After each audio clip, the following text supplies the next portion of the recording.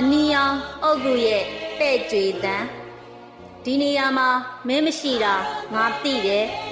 ဒါပေမဲ့ငါရင်ထဲကနာကျင်မှုတွေကိုမင်းရဲ့အုတ်ကူနီလေးစီငါသွားပြီးအော်ငိုခြင်းနဲ့ဘယ်သူတွေလဲမင်းရဲ့နာမည်ကိုဖျက်ဆီးခဲ့တာဘယ်သူတွေလဲမင်းရဲ့အိတ်ဆက်ခြင်းကိုအနှောက်အယှက်ပေးခဲ့တာဘယ်ကောင်တွေလဲမြေကြီးကနီးနေတယ်ငါမြေရည်တွေလိုပဲအုတ်ကူကပဲ့ကြွေးနေတယ်ငါရင်ဘက်လိုပဲဒါပေမဲ့ရဲဘော်ကြီးမင်းအိတ်စစ်ပါဒီနာကျင်မှုက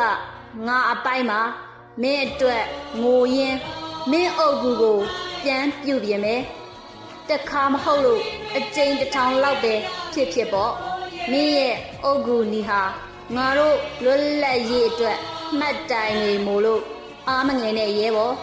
မင်းရဲ့အုတ်ကူကိုငါတို့ပြန်ပြုတ်ပြင်မယ်ရဲဘော်တောင်းငယ်ခအညာမြင်